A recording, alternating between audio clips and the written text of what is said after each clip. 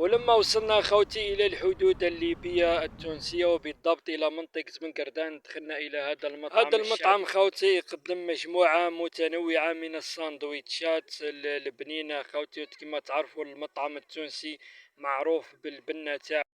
شاورما مرقاز كويكة تونة عظام موجود كل شيء. هاي إن شاء الله مرحبا بك. طلبنا خوتي زوز ساندويتش، واحد كبدة وواحد مرقاز. ريحة تهب الخوتي والله تشهي. هاو خوتي هنا بعد ما عطونا الساندويتشات دوك نجربوهم ان شاء الله ونردوا عليكم. هاو خوتي بعد ما جربنا الساندويتش مرقاز الله يبارك خوتي، احسن ساندويتش كليتو هنايا في تونس.